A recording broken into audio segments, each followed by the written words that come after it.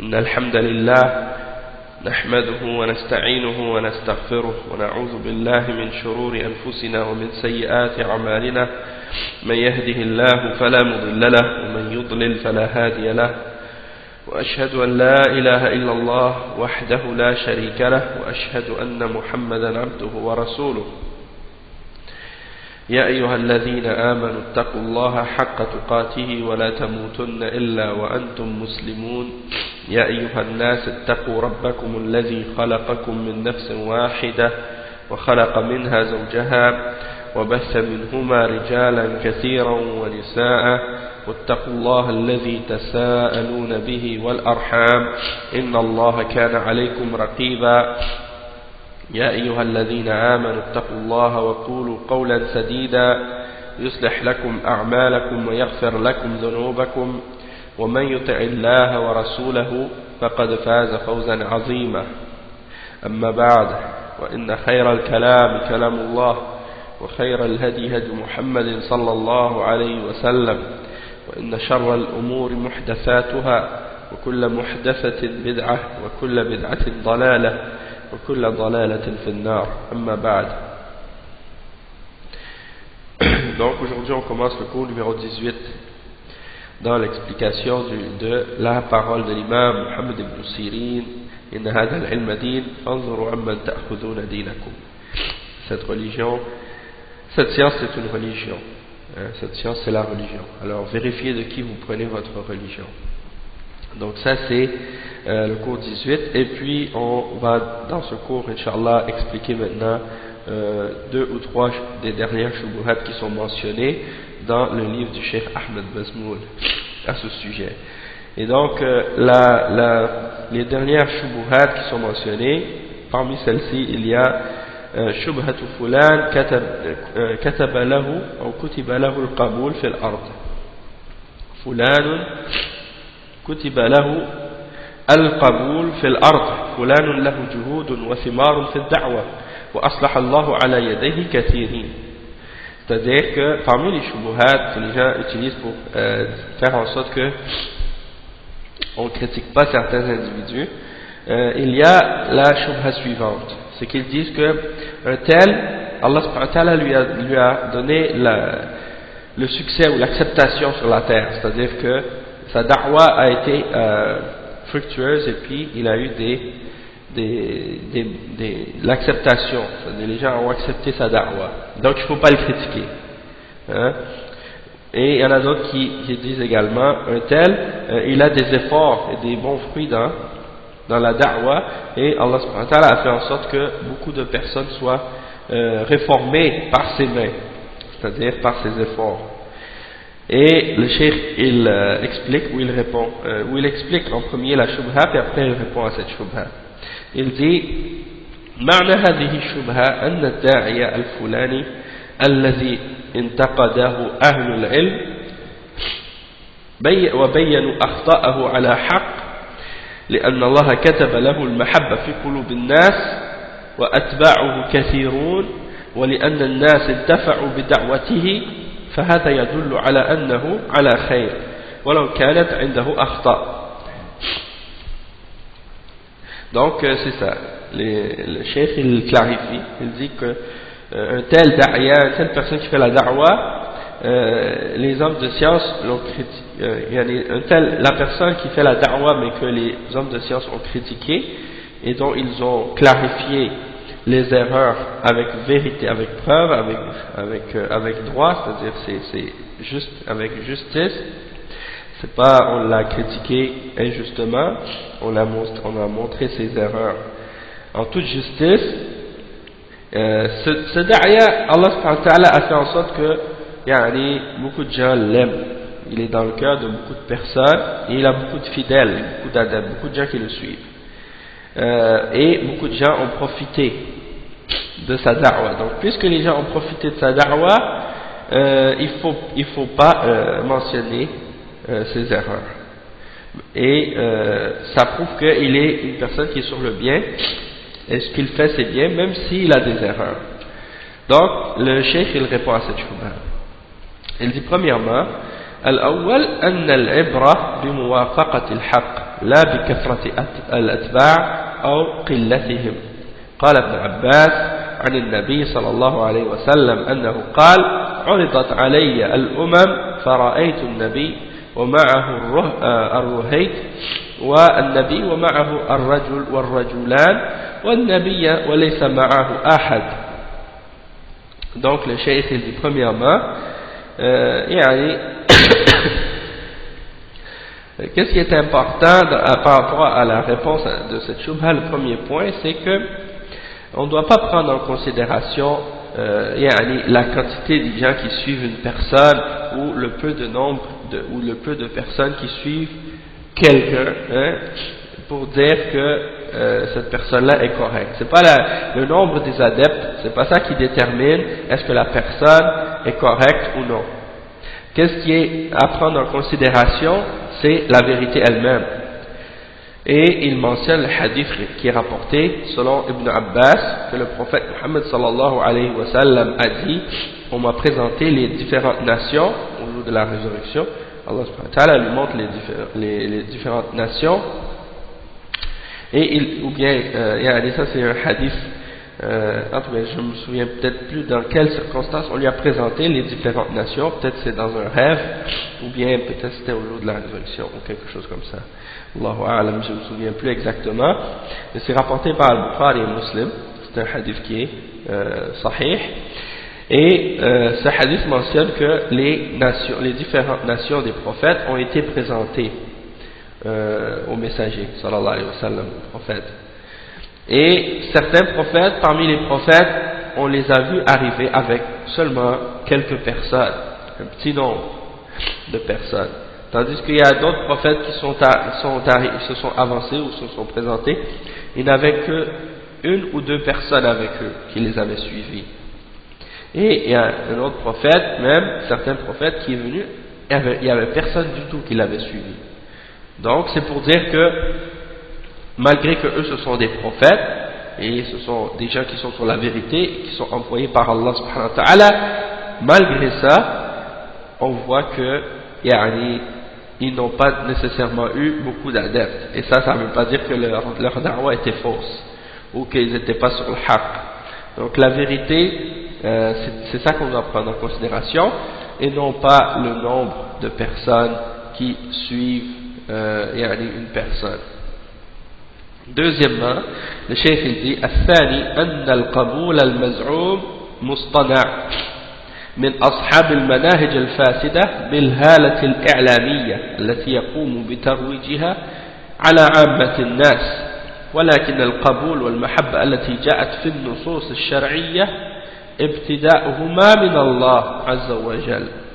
قال تعالى: إن الذين آمنوا وعملوا الصالحات سيجعل لهم الرحمن ودا. قال ابن عبد البر: الود والمحبة بين الناس الله ابتداؤها ويبسطها، يبتدئها ويبسطها. Donc le cheikh explique que l'acceptation prétendue c'est quelque chose qui est fabriqué, qui est arrangé en réalité. C'est arrangé de la part des gens qui suivent différents manahij qui sont incorrects ou qui sont corrompus. Et c'est arrangé également par les médias. C'est eux qui propagent en fait la popularité et comment on pourrait dire, la renommée de cet individu ou de certains individus. C'est pas réellement le fait que les gens ont accepté sa da'wah ou des choses comme ça. C'est plutôt que la personne, on l'a élevé et on lui a donné une popularité qu'il n'a pas vraiment. Et on a fait propager donc son travail ou ses œuvres par les médias ou des choses de ce genre, et c'est ce qui donne l'impression aux gens qu'il a beaucoup d'adeptes ou qu'il a beaucoup de gens qui le suivent. Mais quand on parle de l'acceptation et de l'amour dans le Coran et dans la Sunna, on parle d'un amour et d'une acceptation de la part des gens, et ça vient en premier d'Allah subhanahu wa ta'ala. C'est dans le sens que c'est Allah subhanahu wa ta'ala qui met dans le cœur des hommes l'acceptation et l'amour d'un individu, et non pas quelque chose qui est fabriqué ou arrangé par les médias. Hein. Donc il mentionne par exemple le verset dans Surat Maryam, verset 96, dans lequel Allah subhanahu wa ta'ala dit, et ceux qui ont cru et qui ont fait des bonnes œuvres, Allah subhanahu wa ta'ala, Ar-Rahman, va leur donner l'amour entre eux. Donc ceux qui font des bonnes œuvres et ceux qui croient et font des bonnes œuvres, Allah va mettre l'amour entre eux. Et il mentionne ensuite, il dit la parole de Ibn Abdul Barr dans At-Tamhid, il dit l'amour dont on parle ici entre les hommes, c'est Allah subhanahu wa ta'ala qui l'a créé, c'est Allah qui l'a fait débuter dans le cœur et qui la développe, qui fait en sorte qu'elle s'augmente. Ensuite il dit وقال ابن كثير يخبر تعالى أنه يغرس لعباده المؤمنين الذين يعملون الصالحات وهي الأعمال التي ترضي الله عز وجل لمتابعتها الشريعة المحمدية يغرس لهم في قلوب عباده الصالحين محبة ومودة وهذا أمر لا بد منه ولا محيد عنه.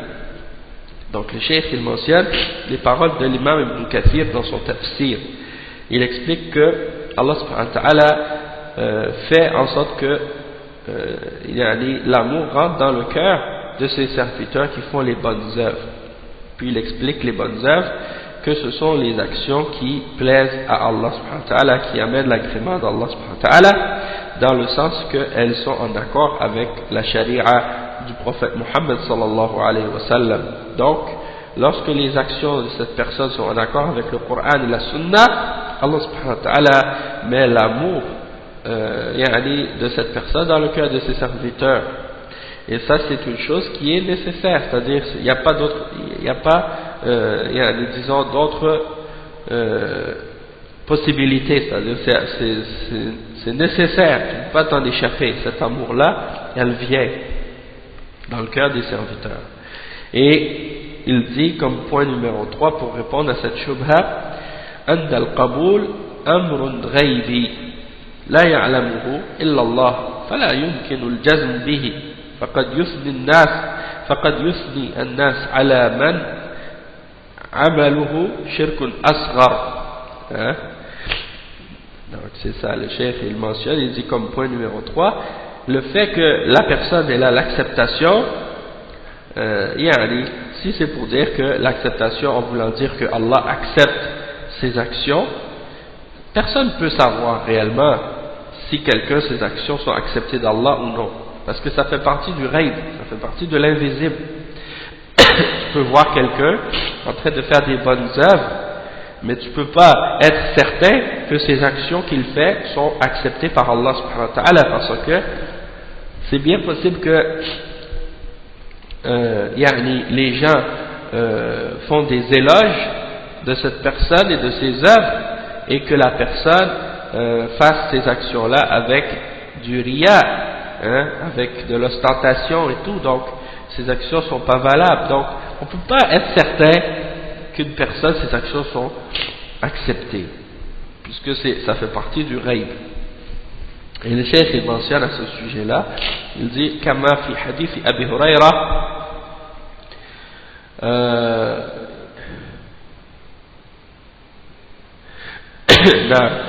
الشيخ يقول أول ثلاثة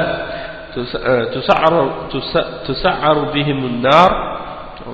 بهم النار رجل استشهد ورجل تعلم العلم وعلمه وقرأ القرآن ورجل وسع الله عليه وأعطاه من أصناف المال كلهم أثنى عليهم الناس في الدنيا وصير بهم إلى النار لأنهم مراؤون.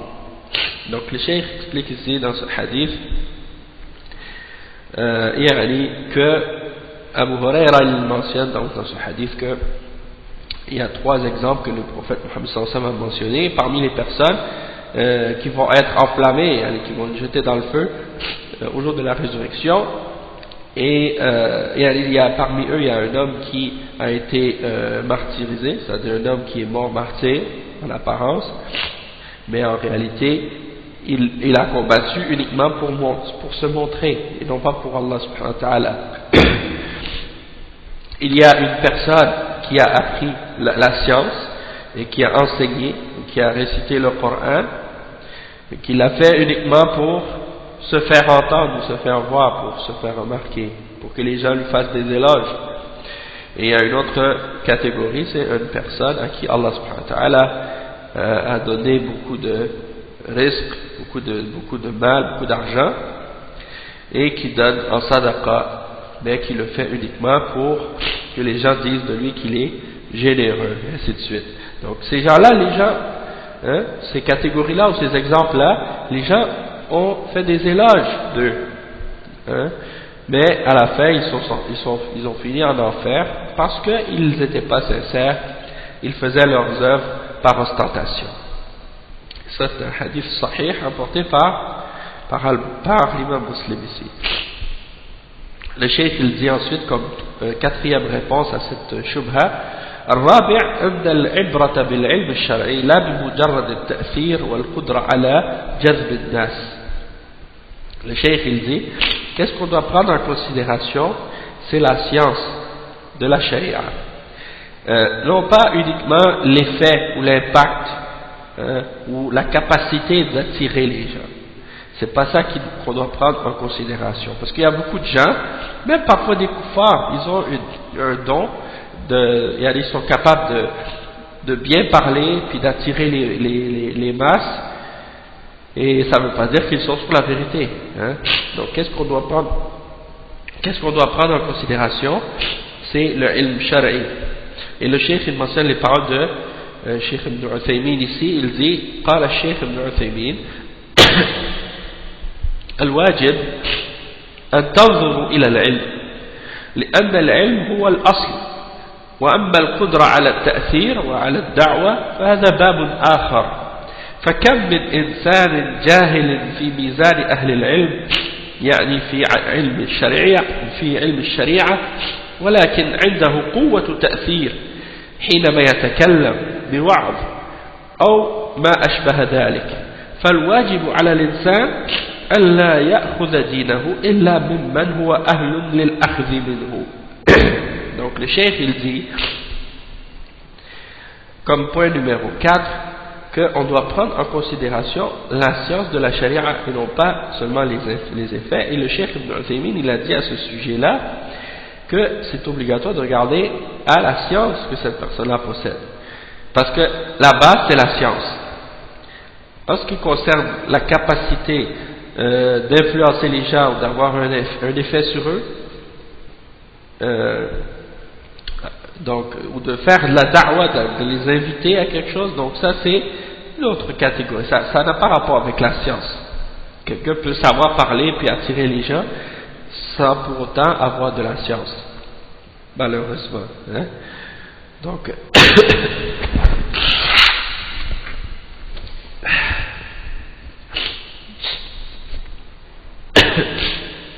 donc le cheikh il dit, combien d'hommes ignorants dans la balance, selon la balance de la charia, selon la balance de la science, ils sont ignorants, mais ils ont une force et une capacité d'influencer, puis d'affecter les gens, de les influencer dans le bien ou dans le mal, et qui donnent des exhortations et qui parlent. Combien de gens ils ont cette capacité-là?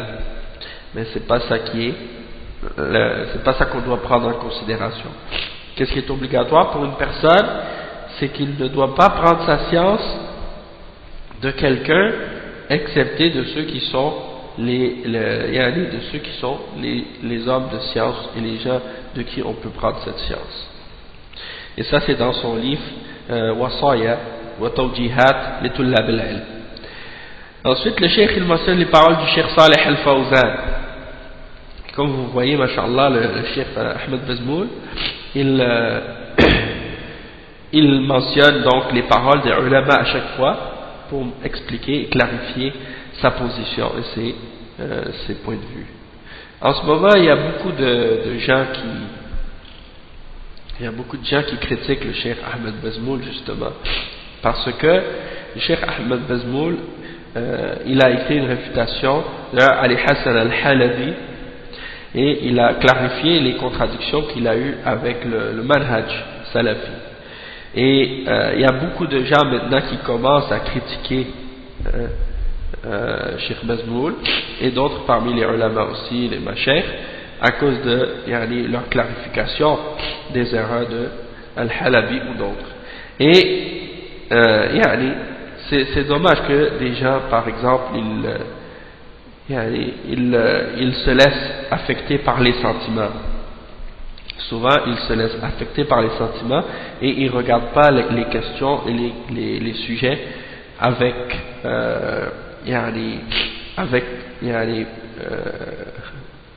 le fait de regarder les preuves et d'analyser les arguments. Au lieu de ça, ils regardent les sentiments. Et parfois, qu'est-ce qu'on remarque, qu'est-ce que j'ai remarqué chez certaines personnes, c'est qu'il y a des gens qui prennent des positions ou qui prennent des partis.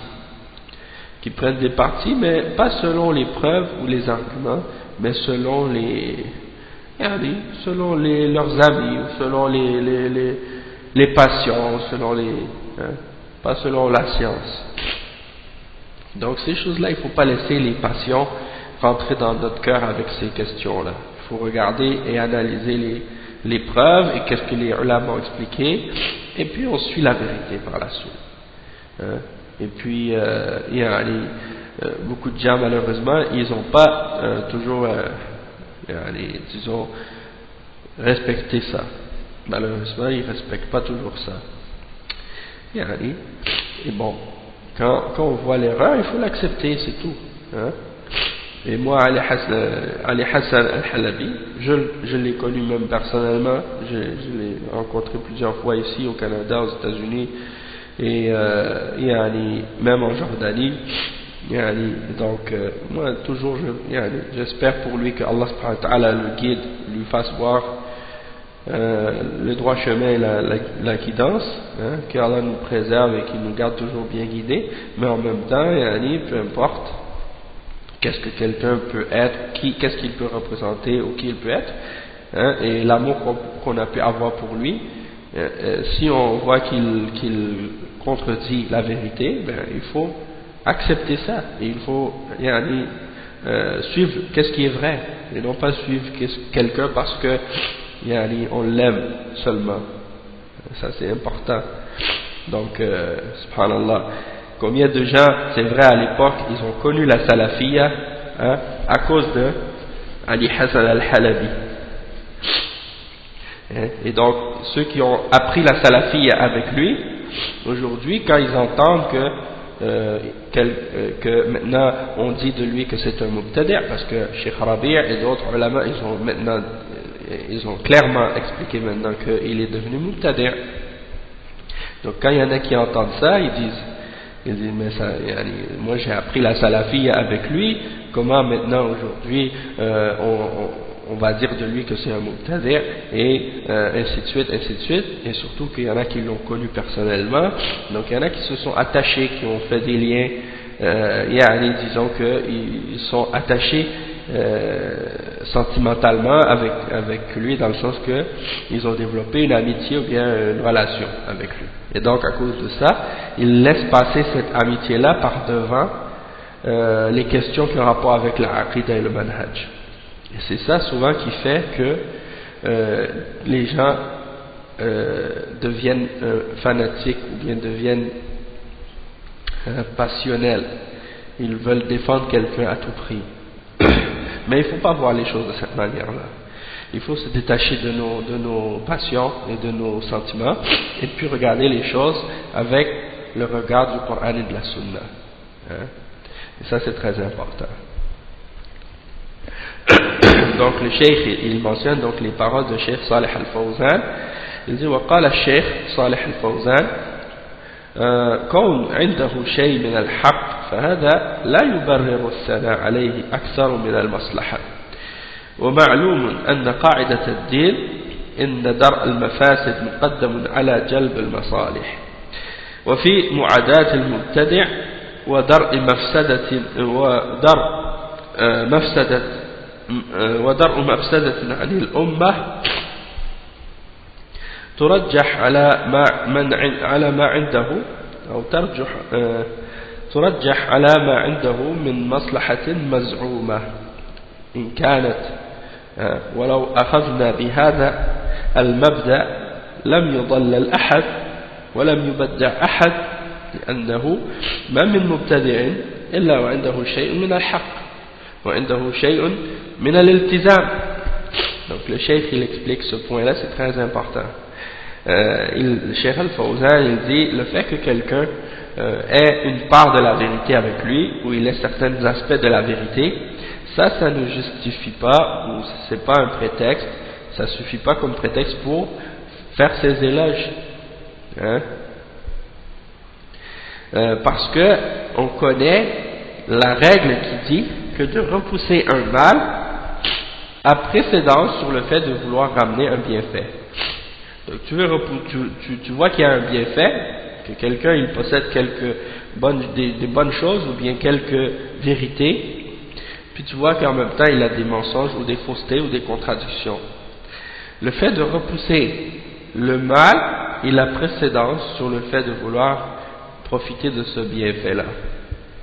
Et donc le cheikh il dit, dans le fait de repousser, de prendre en animosité les gens de bid'a, c'est pour repousser un grand mal de la Ummah, hein, par rapport à celui au sujet duquel on prétend qu'il peut avoir un bienfait quelconque prétendu, hein. Si jamais il y avait ce bienfait-là en cette personne, eh bien de repousser le mal qu'il a en lui à cause de sa bid'a, ça a précédence et on doit le mettre de côté même s'il a quelques biens en lui.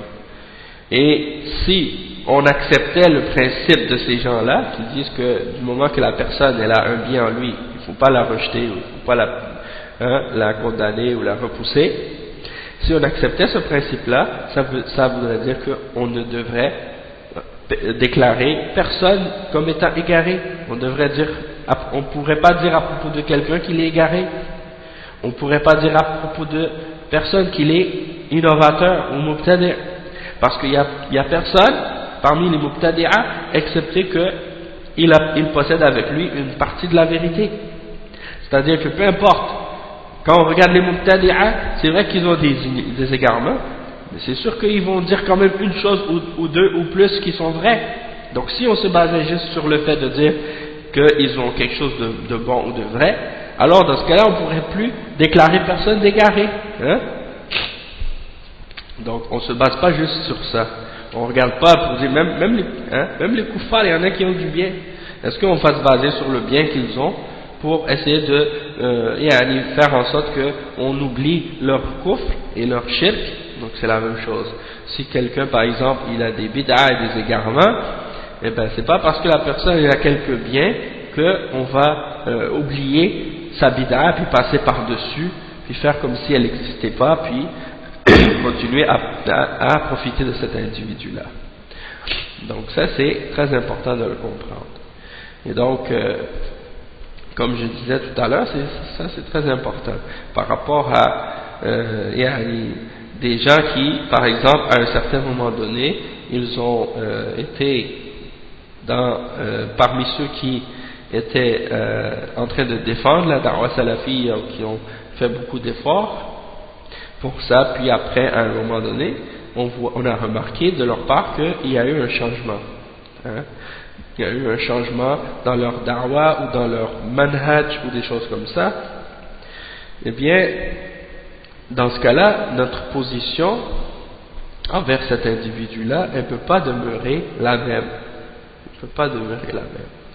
Mais de toute façon, en même temps, alhamdoulilah, qu'est-ce qui est important aussi dans ces questions-là, c'est de retourner aux ulama et de se baser sur les paroles des ulama.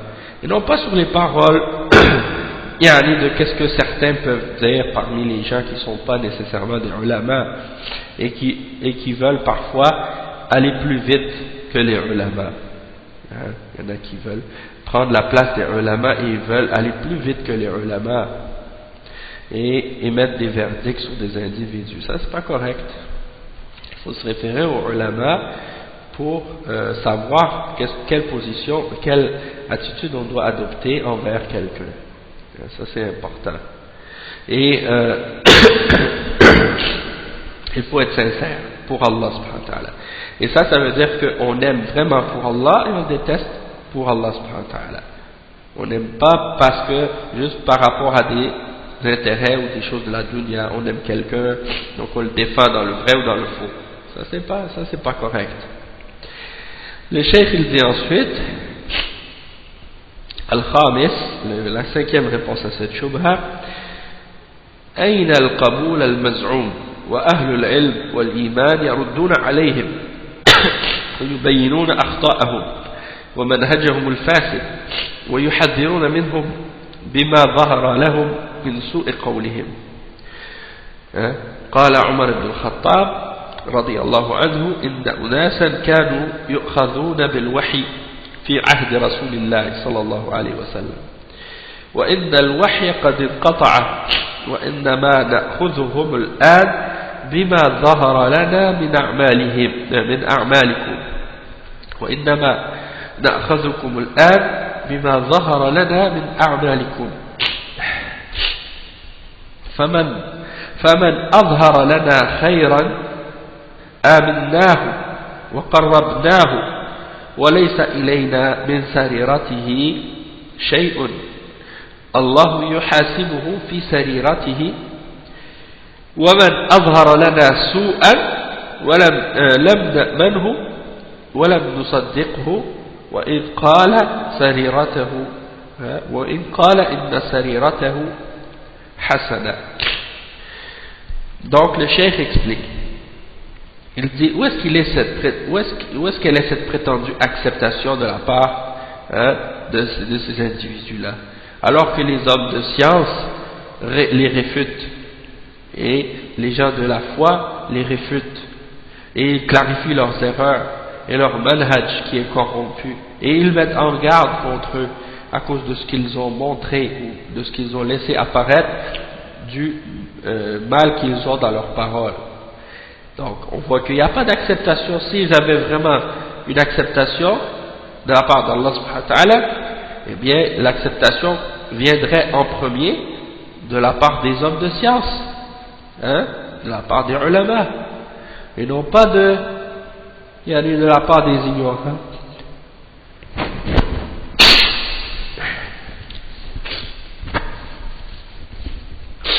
Alhamdulillah.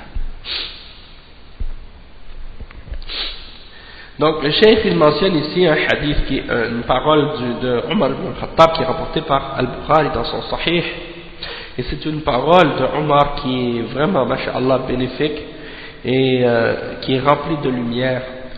C'est la parole de Omar ibn Khattab lorsqu'il a dit que à l'époque du prophète sallallahu alayhi wa sallam, les gens étaient jugés selon la révélation. Ils étaient pris, on agissait avec eux selon la révélation. Maintenant la révélation elle est terminée, il n'y en a plus. Alors on prend uniquement les gens selon ce qu'ils laissent montrer, ce qu'ils laissent apparaître de leurs actions. Donc celui qui nous montre du bien, alors on lui fait confiance et on le rapproche, et on n'a rien à faire avec ce qu'il a en lui-même, de son intérieur. C'est Allah subhanahu wa ta'ala qui va le juger pour ce qu'il a en lui. C'est-à-dire que nous on juge seulement par l'apparence, on ne juge pas le cœur ou les intentions ou l'intérieur, qu'est-ce qu'il y a à l'intérieur de la personne. Ça c'est Allah qui va s'en occuper, puisqu'on n'a pas de révélation pour savoir qu'est-ce qui est dans le cœur des hommes. Mais celui qui nous montre du mal, alors on ne va pas lui faire confiance, on ne va pas le croire, même s'il nous dit que qu'est-ce qu'il a à l'intérieur de lui c'est bon. Donc on prend par rapport à qu'est-ce qui est apparent, et ça c'est important. Et il y a beaucoup de gens de Hizbiyya, malheureusement ils agissent le contraire de ça. Et lorsqu'ils voient que par exemple quelqu'un il est populaire, il a une popularité, les gens aiment son discours, que ce soit vrai ou faux ce qu'il dit, c'est pas grave pour eux. L'important, c'est que il a une popularité et les gens aiment son discours, alors ils le prennent et ils le mettent de l'avant. Même si ce qu'il dit c'est contraire au Coran et à la Sunna. Si une autre personne appelle au Coran et à la Sunna, mais que cette personne-là est pas aimée des gens et que cette personne-là n'a pas de popularité chez les gens, alors il la rejette, même si ce qu'il dit c'est en accord avec le Coran et la Sunna. Et on a vu cette attitude-là de la part des Ikhwan et de la part de beaucoup d'autres individus. Parfois ils vont, lorsqu'ils remarquent un orateur ou un prêcheur a une popularité, ils vont le mettre de l'avant, ils vont l'accepter et ils vont le présenter comme étant un prêcheur islamique, malgré que qu'est-ce qu'il dit c'est totalement contraire au Coran et à la Sunna. Et regardez par exemple le meilleur exemple de ça, c'est aujourd'hui on voit surtout en Europe, en France, c'est l'exemple de Tariq Ramadan. Donc subhanallah, malgré les erreurs qu'il a faites, malgré tous les problèmes qu'il a dans son manhaj, dans sa aqida, et les contradictions qu'il a avec l'islam, malgré ça, au tout début on entendait beaucoup d'entre les Ikhwan, même au début, qui le critiquaient et tout. Lorsqu'il a commencé à dire des choses à la télévision sur certains sujets, puis par la suite, c'est comme si il avait rien dit, c'est comme s'il avait rien fait, il continue encore à l'inviter dans leurs conférences, à le laisser parler et tout, comme si rien n'était. Donc, parmi les hizbiyin, les Ikhwan, c'est comme ça. Lorsque quelqu'un a une popularité, peu importe qu'est-ce qu'il va faire comme erreur par la suite, c'est pas grave. C'est du moment que la personne elle attire les masses, elle est populaire, elle fait remplir les salles, elle remplit les caisses, bon, ça marche, c'est bon. Alhamdulillah, on passe par-dessus ces contradictions à la charia, c'est pas grave. Et ça c'est dommage que les choses soient comme ça. Donc le cheikh dit ثم إن العبرة بقول أهل العلم لا كل أحد. Donc il dit la chose qu'on prend en considération ici, c'est la parole des hommes de science et non pas la parole de n'importe qui. قال الذهبي إنما العبرة بقول جمهور الأمة الخالين من الهوى والجهل المتصفين بالوعي والعلم. وقال الشيخ صالح الفوزان العلماء الراسخون الذين يؤخذ بقولهم لا علماء الضلال ولا المتعالمين ولا الجهال. Donc le cheikh il explique, il dit que l'imam al-Zahabi il dit dans son livre Siyar A'lam al-Nubala, il dit qu'est-ce qu'on prend en considération, c'est la parole des savants de la Ummah qui se sont débarrassés de la passion et de l'ignorance et qui sont décrits, qui ont été décrits ou qui ont comme caractéristique la piété et la science. Et il mentionne également les paroles de Cheikh Al-Fawzan dans son livre, des commentaires qu'il a fait sur Al-Muqaddimah Al-Fatwa Al-Hamawiyya. Il dit, Cheikh Al-Fawzan, les ulama qui sont fermement enracinés dans la science, c'est de eux qu'on prend la parole, et c'est leur parole à eux qu'on prend à ce sujet-là, et non pas les savants de l'égarement, les jeunes bid'a, ou bien les intellectuels qui se prétendent savants ou qui prétendent connaître, ou bien les ignorants. Ça c'est très important. Une autre shubha, et ça c'est une shubha qu'on entend souvent, c'est la shubha qu'on entend souvent en particulier chez les gens de Tabligh. Le cheikh il dit shubha المسلمون جميعا مأمورون بتبليغ الدعوة للناس لقوله صلى الله عليه وسلم بلغوا عني ولو آية. وهذه الشبهة أن الرسول صلى الله عليه وسلم أمر جميع الأمة أن يقوموا بتبليغ الناس الدين ولو بقراءة آية عليهم. Donc le cheikh il explique ici, il dit que une de leurs shubha c'est quoi? C'est qu'ils disent que tous les musulmans ont été ordonnés de transmettre la da'wa de l'islam aux gens. Parce que le prophète sallallahu alayhi wa sallam a dit Ballighu anni walaw aya, c'est-à-dire transmettez de moi, même si c'est juste un seul verset. Transmettez-le. Et ça c'est un hadith rapporté par Al-Bukhari dans son Sahih selon Abdullah ibn Amr.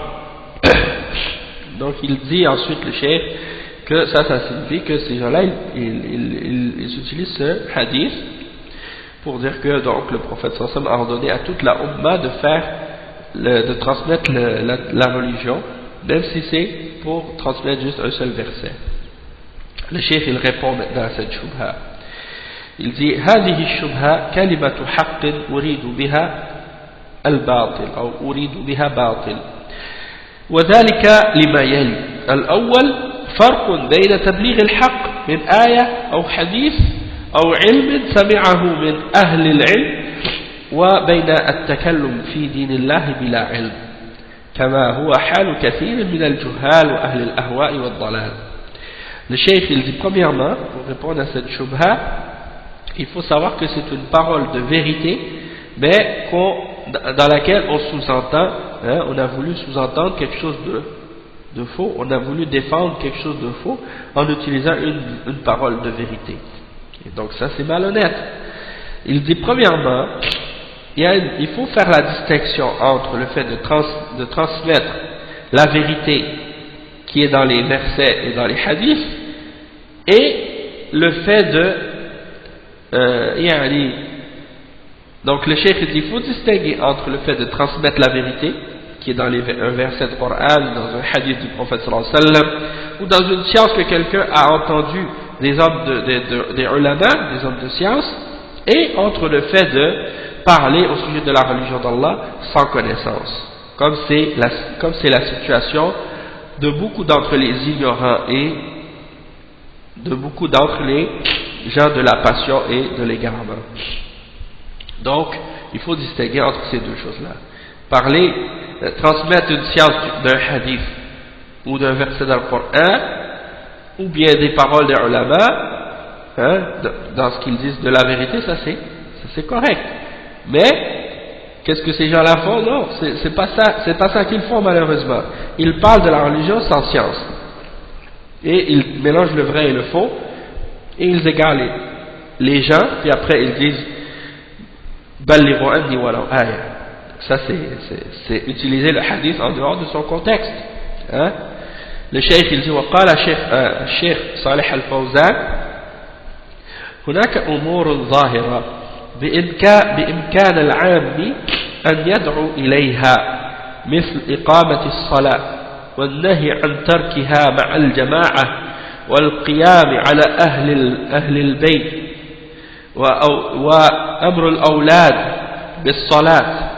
هذه الأمور ظاهرة يعرفها العامي ويعرفها المتعلم، ولكن الأمور التي تحتاج إلى فقه وتحتاج إلى علم وأمور الحلال والحرام وأمور التوحيد والشرك هذه لا بد فيها من العلم. Donc le cheikh il explique le cheikh il mentionne les paroles de Cheikh Saleh Al-Fawzan dans son livre Al-Ajwibatul Mufida. Il dit, le Cheikh Saleh Al-Fawzan, il a dit, il y a des choses qui sont apparentes, qui sont connues, qui sont claires. N'importe qui est capable d'appeler les gens à les faire. Même les gens ordinaires, le commun des musulmans, il est capable de faire la da'wa à ces choses-là. Comme par exemple, d'appeler les gens à établir la salat. Et d'interdire aux gens d'abandonner la salat avec la jama'a. Et d'établir, d'ordonner à la famille et aux gens qui sont à la maison de faire la salat, et d'ordonner aux enfants de faire la salat.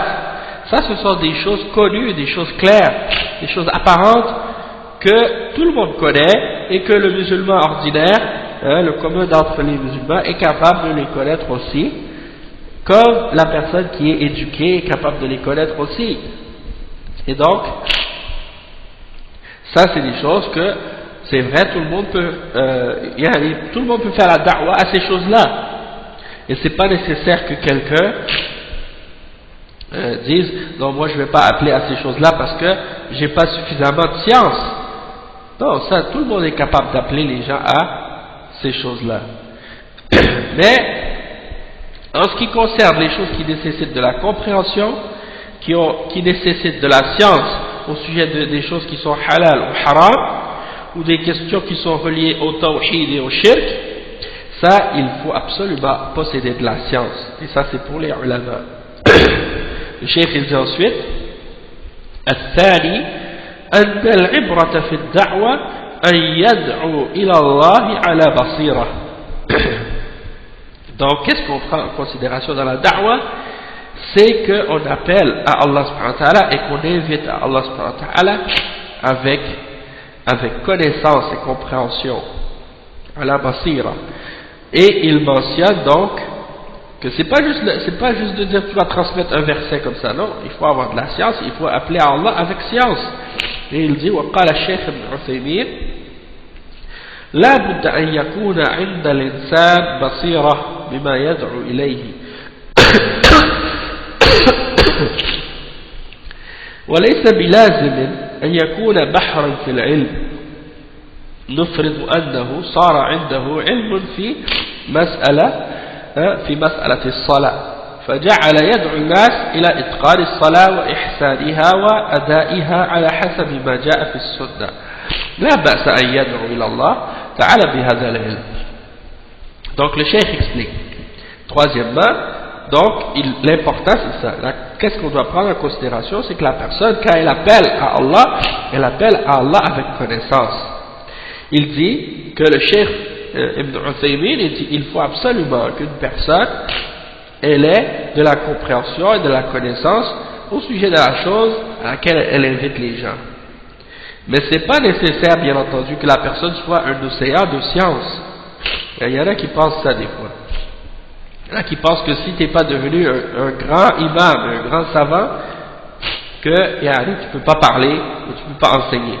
Tu peux pas, dans le sens que je dis tu peux enseigner, dans le sens que tu peux pas parler ou dire à quelqu'un des choses par rapport à la religion ou faire la da'wah à Allah subhanahu wa ta'ala. Mais si c'était le cas, il n'y a aucun individu et aucun étudiant qui pourrait faire des cours ou bien disons faire la da'wah. C'est sûr que la porte n'est pas ouverte, c'est pas n'importe comment, n'importe qui, mais en même temps c'est pas non plus que tu dois attendre à devenir comme Ibn Taymiyyah pour faire la da'wah, puisque ça c'est quelque chose qui est probablement pas possible à notre époque. Mais comme le cheikh il clarifie, il explique, il dit supposons que quelqu'un il a appris une question quelconque dans la science, comme par exemple le chapitre de la salat. Il l'a étudié, il l'a compris et il le comprend bien et il le connaît bien. Et il commence à inviter les gens à faire la salat et à la faire correctement et à la faire selon ce qui est mentionné dans la sunna. Alors il dit dans ce cas-là il n'y a pas de problème que cette personne-là invite et appelle les gens à cette science. Et ça c'est mentionné dans le livre du cheikh Ibn Uthaymin. Donc le point à comprendre ici c'est quoi? C'est que lorsqu'une personne fait la da'wah à quelque chose, elle fait uniquement da'wah à la chose qu'elle connaît correctement et comme il faut. Et tant que la personne se limite à ce qu'elle connaît correctement et comme il faut, alors dans ce cas-là c'est correct. Mais du moment que la personne dépasse la limite et commence à parler de ce qu'elle ne connaît pas, alors là, la personne doit s'arrêter. Sinon, dans ce cas-là, elle commet un grand péché. Elle s'égare du droit chemin. Troisièmement, le cheikh il dit الثالث لا مانع أن يبلغ المسلم ما تعلمه ويعلمه من الخير ولكن لا يعني هذا أن يجعل نفسه مفتيا وعالما يفيد الناس إلا إن كان أهلا لذلك. Donc le cheikh Ahmed Bazmoul il dit comme troisième réponse à cette question-là, il n'y a pas de problème, il n'y a rien qui empêche qu'une personne transmette, que le musulman transmette ce qu'il a appris ou ce qu'il connaît de ce qui est bien. Ça, il n'y a pas de problème. Mais ça ne veut pas dire ça qu'il va se placer lui-même comme étant un mufti ou un savant, et qu'il va commencer à profiter les gens dans ces choses-là, dans les fatwas, comme s'il se présente comme étant un savant. Non, excepté s'il fait partie des gens qui sont aptes et qui ont les aptitudes à faire la fatwa et des choses de ce genre.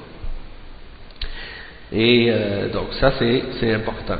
Et le cheikh dit وقال الشيخ ابن عثيمين الإنسان مأمور أن يبلغ ما علمه من شريعة الله ولو كان قليلا ولكن يجب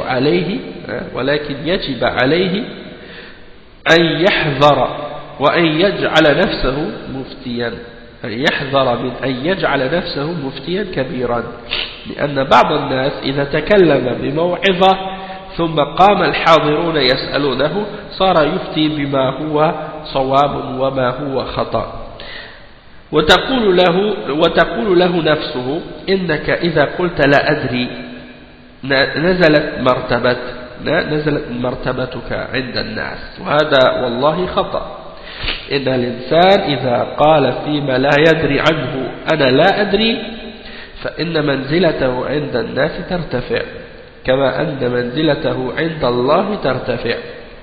Donc le cheikh il explique, il dit, le cheikh Ibn Uthaymin, il explique dans son livre Wasaya wa Tawjihat Tullab al-Ilm, il dit tout homme est ordonné et commandé par Allah de transmettre ce qu'il a appris de la charia d'Allah, même si c'est peu. Mais qu'est-ce qui est important et qu'est-ce qui est obligatoire pour quelqu'un, c'est de prendre garde et de faire attention de ne pas se placer lui-même comme s'il était un grand mufti, un grand savant. Parce que les gens, lorsque quelqu'un se lève pour faire une exhortation, puis parler devant les gens sur la religion, les gens qui sont là présents vont commencer à lui poser des questions. Et il risque de commencer à faire des fatwas et de répondre aux gens avec des réponses qui sont correctes ou qui sont erronées. Et en lui-même, cette personne-là, elle risque de se dire, ou bien ça se pourrait qu'elle se dise en elle-même, si je dis que je ne sais pas, mon niveau va descendre. Les gens vont me regarder avec moins de respect ou moins d'importance. Donc, il s'imagine qu'il est obligé de répondre pour essayer de garder le respect des gens. Et il répond avec des réponses qui sont fausses ou qui sont vraies pour garder la tête,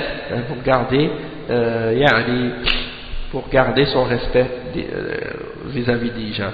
Et le cheikh dit, et ça par Allah je jure que c'est une erreur. Parce que lorsque quelqu'un dit à propos de quelque chose qu'il ne sait pas, je ne sais pas, alors dans ce cas-là, au contraire, son degré il ne descend pas, son degré il s'élève, comme de même que son degré auprès d'Allah subhanahu wa ta'ala s'élève aussi.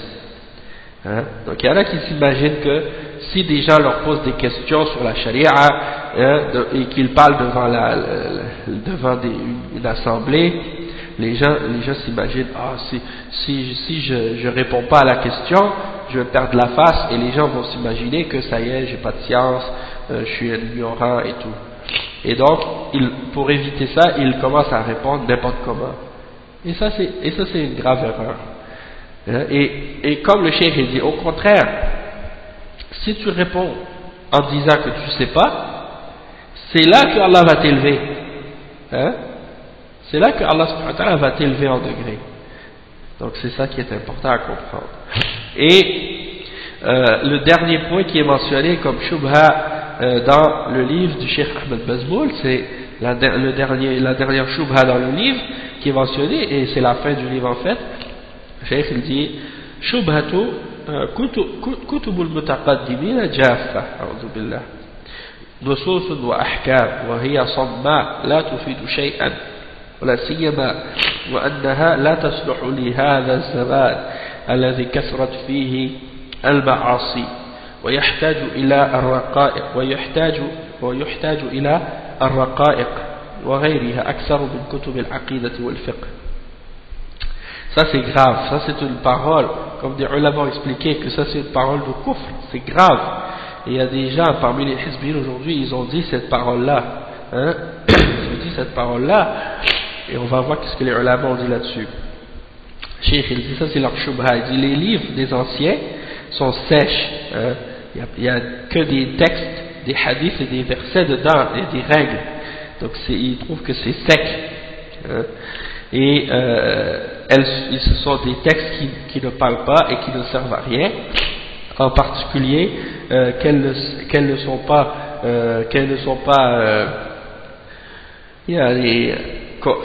aptes à réformer à notre époque ou à être utilisées pour corriger les situations, où c'est pas ça qui doit être lu à notre époque, parce que dans notre époque il y a beaucoup de péchés. Et donc les gens ont besoin de qu'est-ce qu'on appelle en arabe ar-raqa'iq. Ar-raqa'iq, ça veut dire les hadiths. Dans les livres de hadiths, vous allez voir toujours il y a un chapitre qui s'intitule ar-raqa'iq. Et ar-raqa'iq, ça veut dire quoi? Ça veut dire les hadiths qui touchent le cœur. Hein, les hadiths qui touchent le cœur et qui mettent dans le cœur la crainte d'Allah subhanahu wa ta'ala, hein, qui mettent la crainte dans le cœur du croyant et qui font réfléchir à l'importance de l'au-delà et ainsi de suite. Donc ils disent à notre époque c'est ça qu'on a besoin. On a besoin des hadiths de raqa'iq et des choses de ce genre, et non pas des livres de aqida ou de fiqh, hein.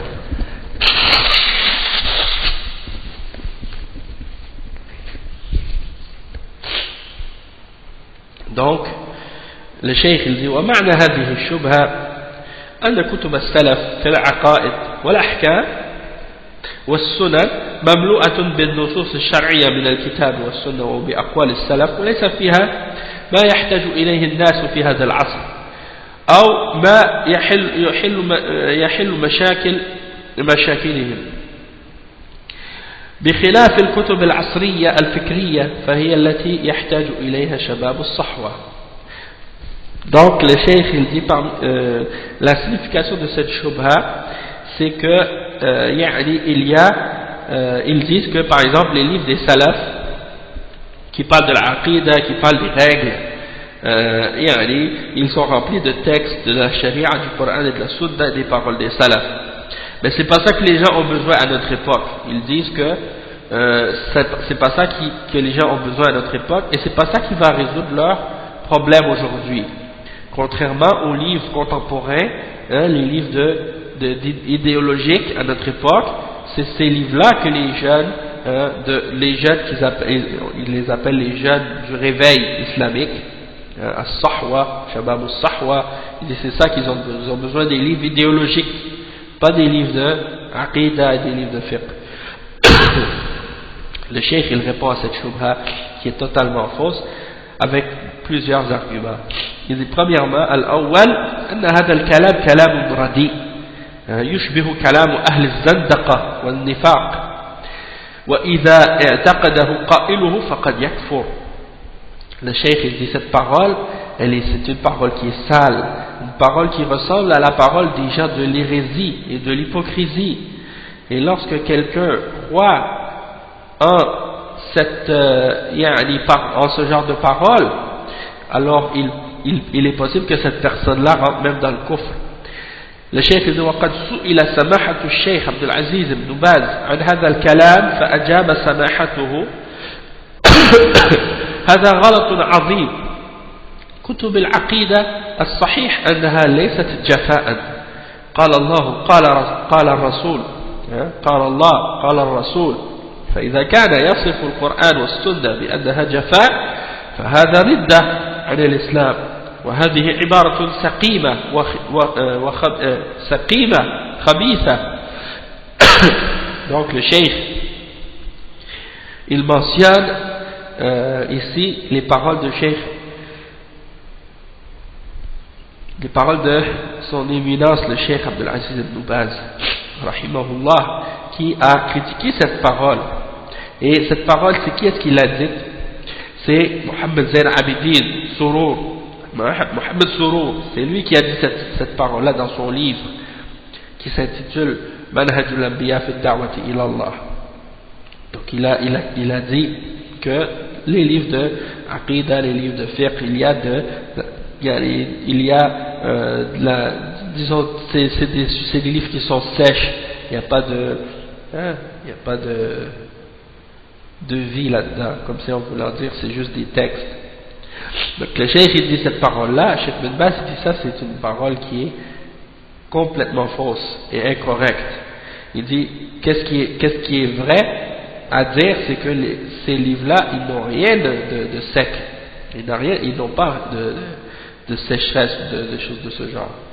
Parce que quand tu lis dans ces livres-là, qu'est-ce que tu lis? Tu lis que Allah a dit, tu lis que le messager a dit. Qala Allah, qala Rasul. Donc, si la personne qui dit cette parole-là, elle est en train de décrire le Coran et la Sunna en disant qu'il y a al-jafa dedans, que c'est il y a des textes et que c'est sec, que c'est sèche, il n'y a pas de substance là-dedans, alors ça c'est une parole d'apostasie. Quelqu'un qui dit ça, il a quitté l'islam, mais c'est une parole qui est malade, une parole qui est sale, qui est mauvaise. Et ça c'est rapporté dans les notes de bas de page de Al-Ajwiba Al-Mufida par le Cheikh Jamal Al-Harithi. Ensuite, le point numéro 2. أن كتب السلف بشهادة أهل العلم والإيمان تفيد العلم النافع وتقوي الإيمان.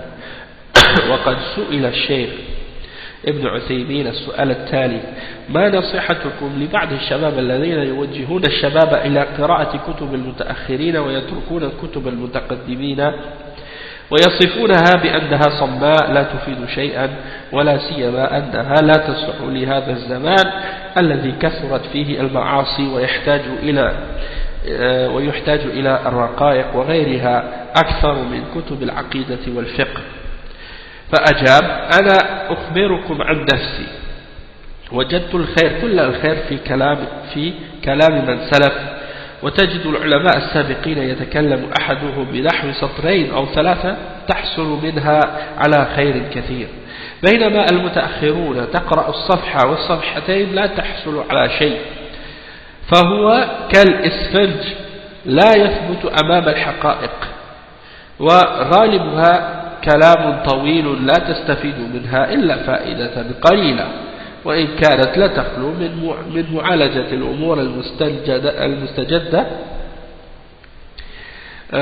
وما يحصل في العصر الحاضر، مع العلم أن ما يحصل في العصر الحاضر إذا وفق الله الإنسان إلى فهم قوي أمكنه أن يأخذ معالجته وبيان ما يتعلق به من الكتاب والسنة وأقوال السلف الصالح.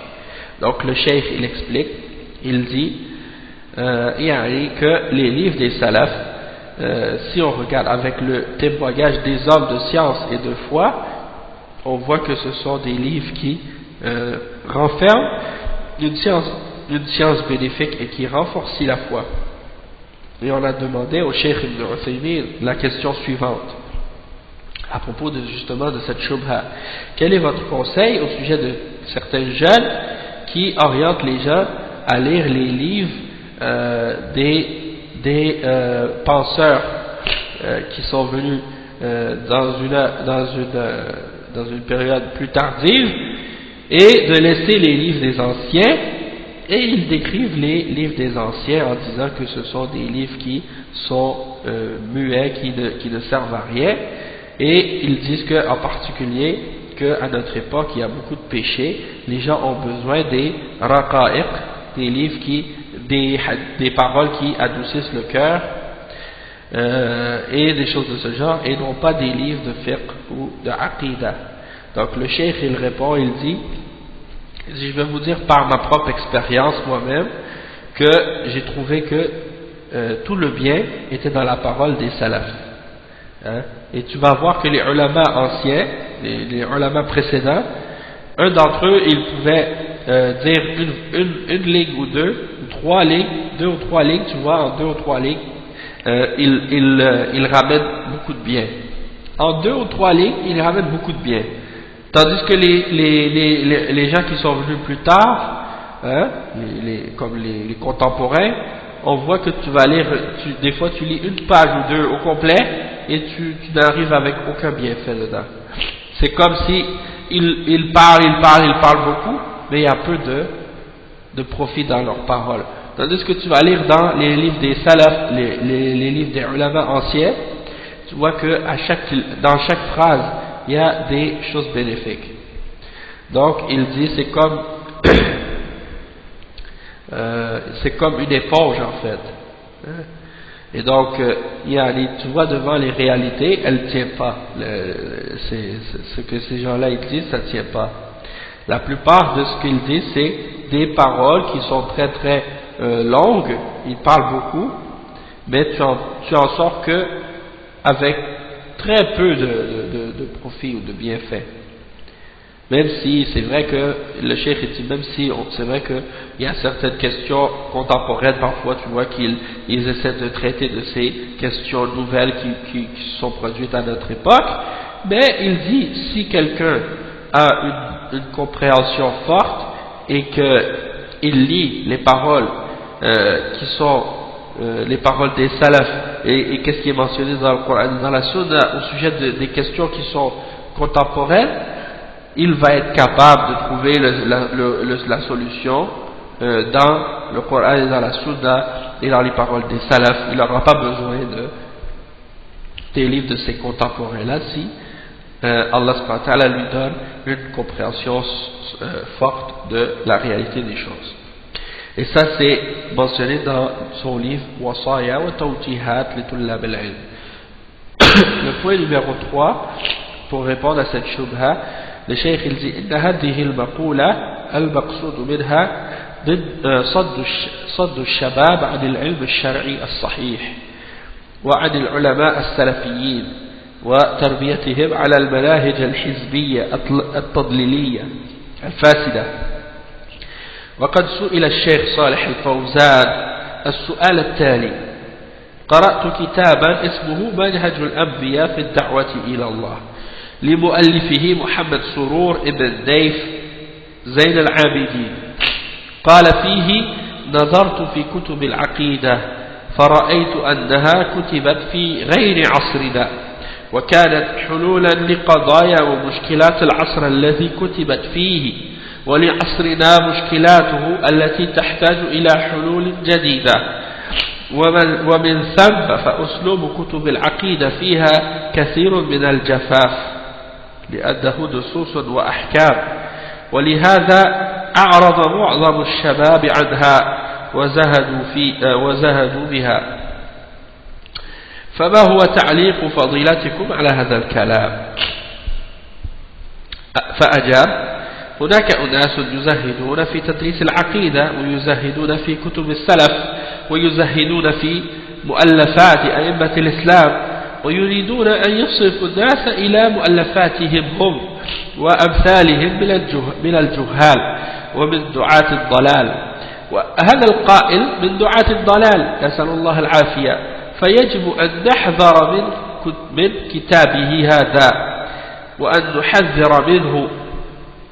Donc le cheikh il explique, il dit qu'on a posé la question parce qu'il dit que le but de ce genre de paroles que les gens de Hizbiyya ils mentionnent, c'est de bloquer ou d'empêcher les jeunes d'acquérir la science de la charia correcte.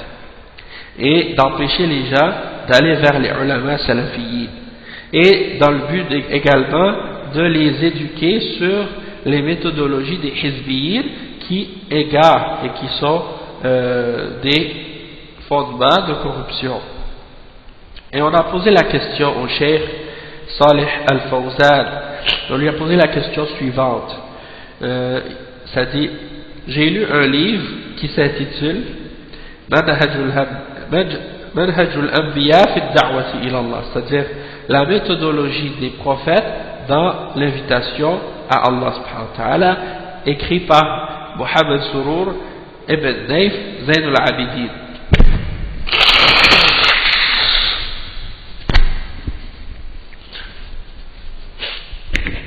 C'est-à-dire, Mohamed Surur, c'est celui qui est à la tête de la secte ou du groupe qu'on appelle As-Sururiya, les Sururiyin.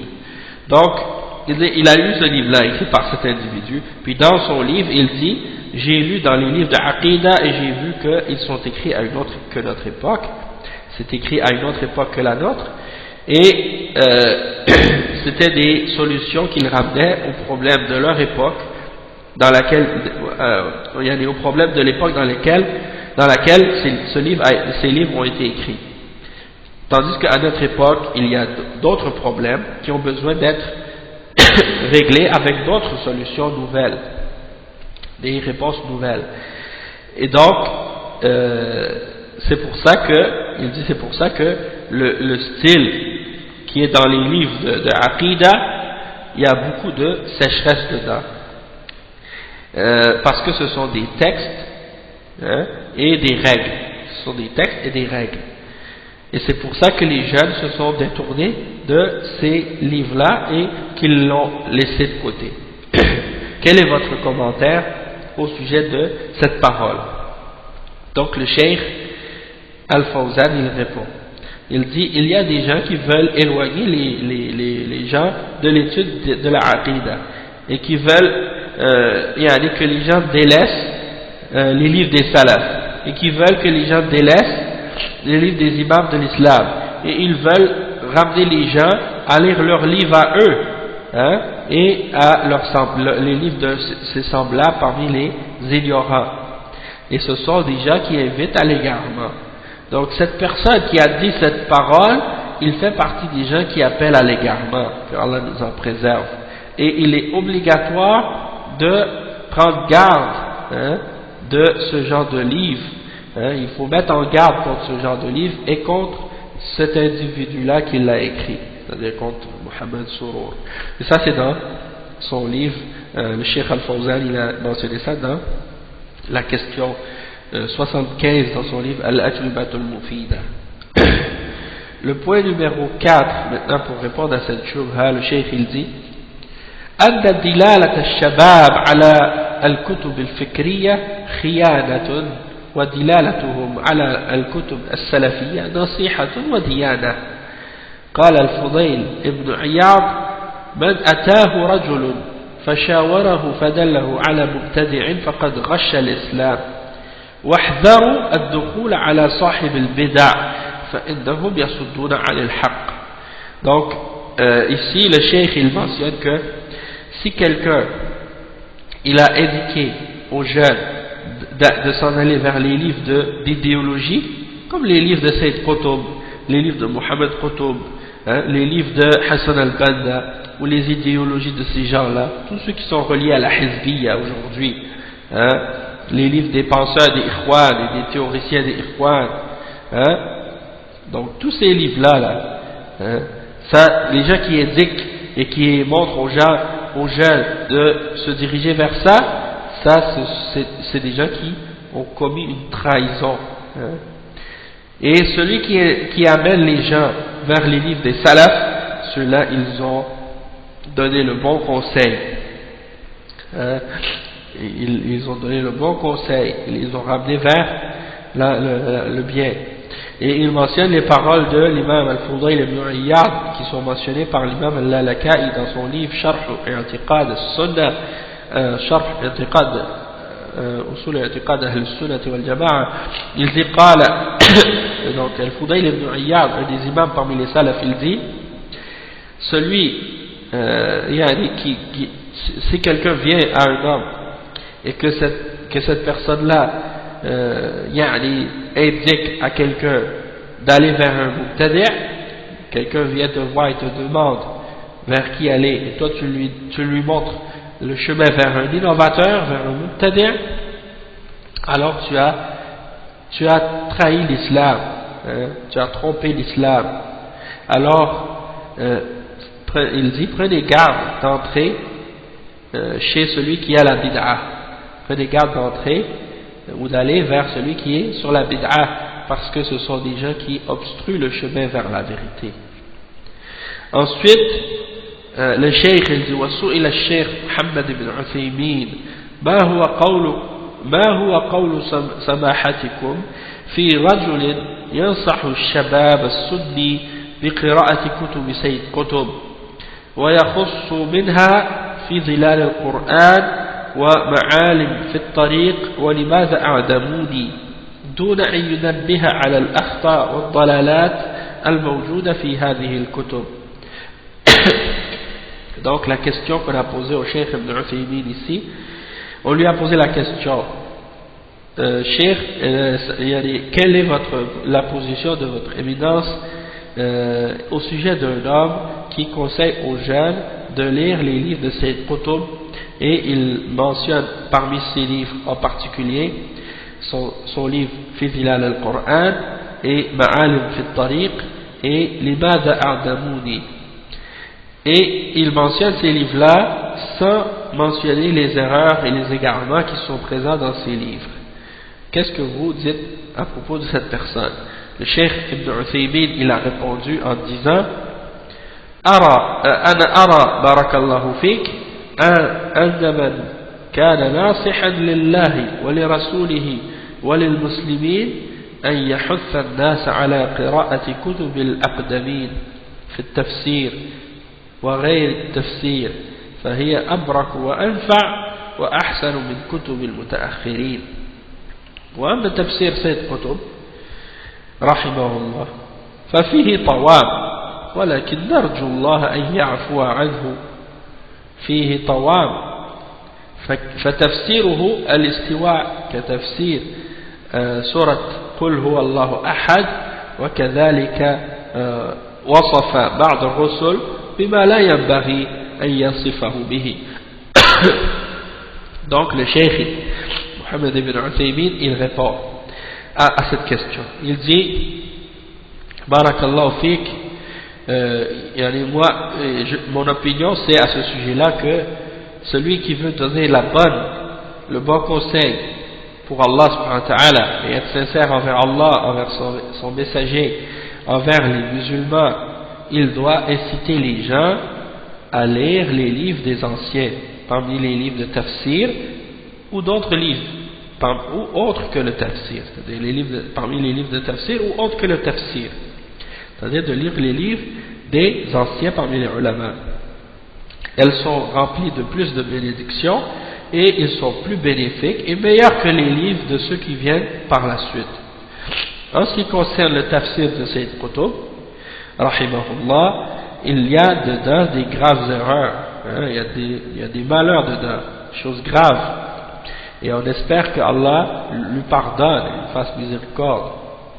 Mais il y a des graves erreurs dedans, comme le fait qu'il interprète al-istiwa en disant que c'est al-haymana, donc ça c'est l'exemple comment il déforme le sens de al-istiwa, le verbe al-istiwa dans le Coran à la façon des Asha'ira, et également le fait que dans son tafsir, dans la sourate al-Ikhlas Qul huwa Allahu ahad, il a des graves erreurs dedans. Il défend la croyance des soufis de Wahdatul Wujud, et de même qu'il décrit certains prophètes en disant à leur sujet des choses qu'on n'a pas le droit de dire, comme par exemple qu'est-ce qu'il a dit au sujet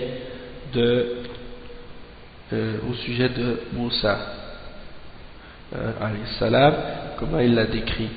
il a décrit avec des descriptions, on n'a pas le droit de décrire un prophète par ces propos-là.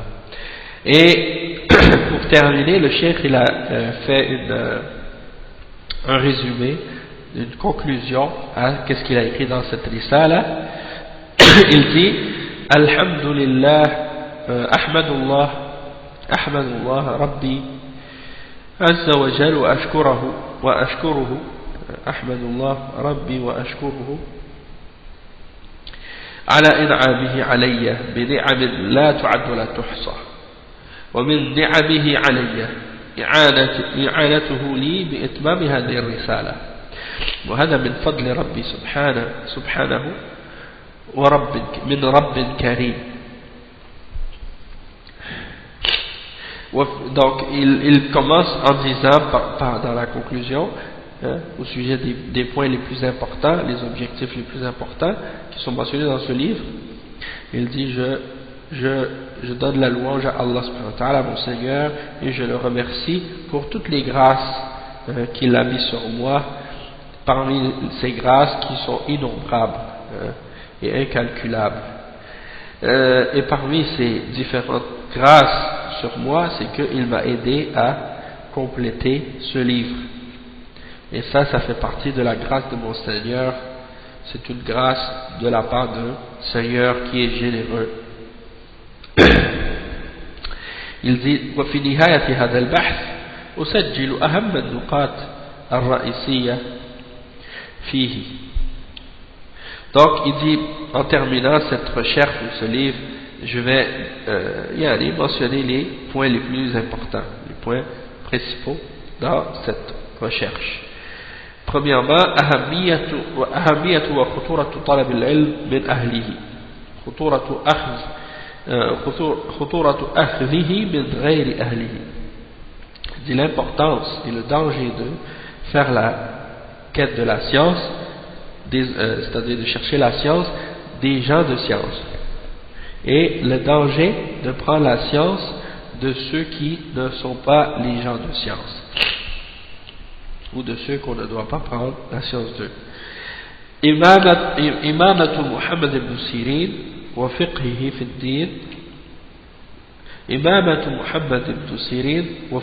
في الدين وعظم منزلته العلمية عند أهل العلم. Deuxièmement, on a expliqué le fait que Mohammed ibn Sirin c'est un imam dans la religion et que c'est une personne qui a une grande compréhension dans la religion et le niveau élevé qu'il possède dans la science selon les hommes de science. Ensuite, أن مقولة إن هذا العلم دين جاءت مرفوعة وموقوفة ومقطوعة والثالث منها والثابت منها بعد ما جاء عن التابعين ولم تصح بهذا اللفظ مرفوعة ولا موقوفة. Donc aussi le point qu'on a mentionné, c'est que cette parole de l'imam Mohammed ibn Sirin qu'on a mentionné, qu'on a expliqué, elle a été rapportée, attribuée au prophète sallallahu alayhi wa sallam, attribuée aux sahaba et attribuée aux tabi'in. Mais qu'est-ce qui est authentique? C'est qu'est-ce qui a été rapporté de la part des tabi'in. Et il n'y a rien de ça qui a été authentifié parmi les narrations qui ont été attribuées au prophète sallallahu alayhi wa sallam ou bien aux sahaba. إن هذه المقولة لها ما يدل عليها من الكتاب والسنة وآثار السلف من الصحابة فمن بعدهم رضوان الله عليهم. Donc cette parole elle a été supportée par des preuves du Coran et de la Sunna et des paroles des salaf parmi les sahaba et de ceux qui sont venus par la suite, qu'Allah soit satisfait d'eux. أن هذه المقولة من جوامع الكلم لتضمنها كثيرا من المعاني والحكم. Cette parole fait partie de qu'est-ce qu'on appelle جوامع الكلم, c'est-à-dire que c'est une parole courte mais qui renferme beaucoup de règles et beaucoup de significations. أن المقصود من العلم التقرب به إلى الله وأن يعمل العبد على بصيرة. Donc le point qu'on recherche par rapport à la science, c'est de se rapprocher avec cette science à Allah subhanahu wa ta'ala, se rapprocher d'Allah avec cette science et de l'appliquer avec connaissance. Ensuite, hurmatul kalam fi masail al-ilm illa bil hujjati wal burhan. Un autre point, c'est l'interdiction de parler au sujet des questions de religion, excepté si on possède une preuve et une évidence. Un autre point encore, tahrimul qawl ala Allah bila ilm wa wujubu qawl la a'lam liman la ya'lam. L'interdiction de parler à propos d'Allah subhanahu wa ta'ala sans connaissance et l'obligation de dire je ne sais pas pour la personne qui ne sait pas. Un autre point, wujubu al-ikhtiyar wa al-intiqa lil mashayikh alladhina yultaqa anhum al-ilm. C'est-à-dire, c'est obligatoire de choisir et de trier entre les shuyukh parmi ceux lesquels on prend la science. Un autre point, ahamiyatu at-tamyiz bayna al-mutasaddirin lil-ilm. L'importance de faire des distinctions entre ceux qui se mettent dans une position d'enseignement et qui se présentent pour enseigner l'islam. إن العلماء الذين يؤخذ عنهم العلم هم العلماء بالكتاب والسنة على هدي سلف الأمة من صحابة رسول الله صلى الله عليه وسلم ومن تبعهم بإحسان. C'est que les ulama de qui on doit prendre la science, ce sont les ulama du livre et du Coran et de la Sunna et qui suivent la guidance des salafs de cette umma parmi les sahaba du messager d'Allah sallallahu alayhi wa sallam et de ceux qui les suivent de la meilleure façon. Ensuite, أن الذين لا يؤخذ منهم العلم يعود سبب عدم الأخذ عنهم إلى الجهل بالعلم الشرعي الابتداع في الدين والفسق والمعصية. Le cheikh il dit les gens de qui on ne prend pas la science, ça revient aux raisons suivantes. 1. Leur ignorance de la science de la charia. 2. Le fait qu'ils font des innovations dans la religion. 3. À cause de leur péché ou de leur désobéissance. Ensuite il dit يستوي في تحريم أخذ العلم منهم جميع أنواع وصور التلقي من حضور أو سماع أو قراءة أو صحبة أو مخالطة. Il dit toutes ces choses-là sont équivalentes lorsqu'on parle de l'interdiction de prendre de la science de ces gens-là. Donc, que ce soit d'être avec eux en leur présence, de les écouter, de les lire, de les prendre comme compagnons ou de se mélanger avec eux. Tout ça c'est compris. Et dernier point, أن أهل الأهوى والبدع والجهال أثاروا شبها ولبسوا على العوام في دينهم وهذه عادتهم إلا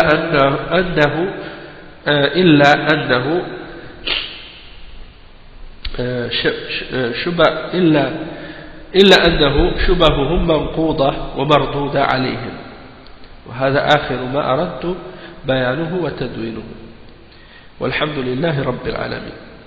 وهذا آخر ما أردت بيانه وتدوينه والحمد لله رب العالمين وصلى الله وسلم على نبينا محمد المرسل رحمة للعالمين. Donc le cheikh il termine en disant que les gens de passion, les gens de bid'a, les ignorants, ils ont ramené toutes sortes de shubuhat pour essayer de tromper les musulmans du commun par rapport à leur religion et pour les mélanger. Sauf que ce sont, ça c'est leur habitude, mais sauf que, alhamdulillah, ce sont des shubuhat qui sont facilement détruites et contrées et rejetées. Et ça c'est la fin de ce que je voulais clarifier et écrire. Walhamdulillahi Rabbil Alamin, et paix et salut sur notre prophète Muhammad sallallahu alayhi wa sallam, qui a été envoyé comme une miséricorde pour les mondes.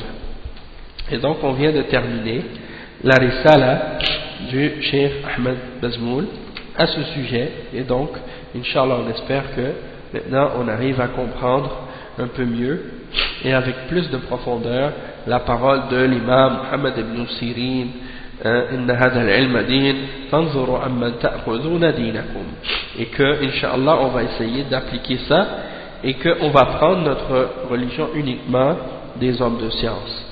Et ça c'est important, surtout pour les gens qui sont nouveaux dans l'islam ou bien sont nouveaux dans la pratique et qui veulent vraiment pratiquer et apprendre leur religion correctement, et qui veulent prendre de la source pure, qui ne veulent pas mélanger leur connaissance et leur compréhension de l'islam avec des doutes et des shubuhat et des égarements, qui veulent prendre uniquement ce qui est clair et connu du Coran et de la Sunna et des paroles des salaf salih, et qui veut suivre la voie d'Allah subhanahu wa ta'ala correctement.